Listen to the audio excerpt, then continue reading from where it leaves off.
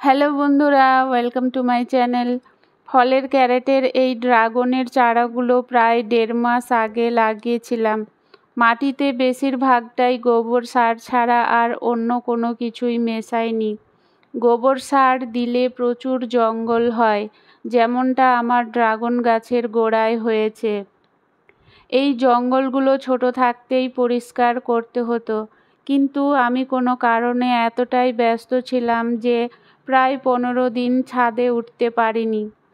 এই 15 দিনেই জঙ্গলগুলো এতটা বড় হয়ে উঠেছে, যার ফলে ড্রাগন গাছগুলোর গ্রোথ অনেকটাই থেমে গেছে।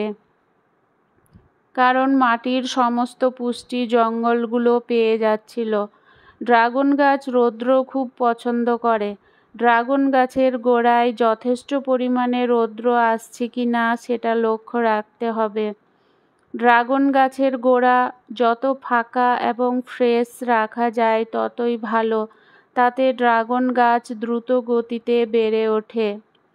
আমার এখন পুরো ছাদেই ড্রাগন গাছ আছে, যা কিনা আমি শুধুমাত্র একটি ডাল থেকে বাড়িয়েছি।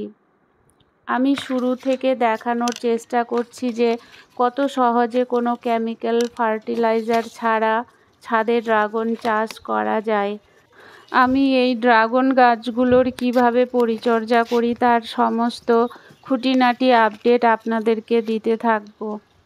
ভিডিওটি ভালো লাগলে অবশ্যই লাইক কমেন্ট করবেন এবং প্লিজ চ্যানেলটিকে সাবস্ক্রাইব করে পাশে থাকবেন। ভিডিওটি দেখার জন্য অসংখ্য ধন্যবাদ।